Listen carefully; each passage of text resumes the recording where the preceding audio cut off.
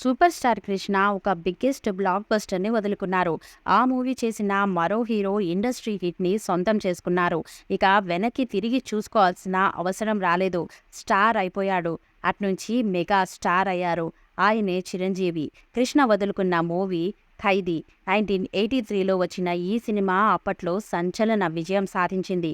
కోదండ రామిరెడ్డి దర్శకత్వం వహించిన ఈ మూవీని ధనుంజయ రెడ్డి, నరసారెడ్డి, ఎస్. సుధాకర్ రెడ్డి సంయుక్తంగా నిర్మించారు. ఇందులో చిరంజీవికి జోడీగా మాధవి హీరోయిన్గా నటించింది.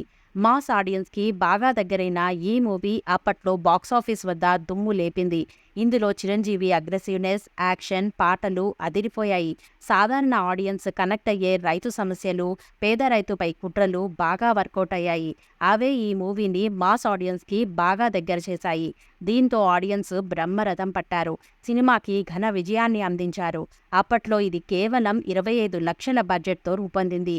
ఏకంగా 8 కోట్లు వసూలు చేసి ఇండస్ట్రీ హిట్గా నిలవడం విశేషం.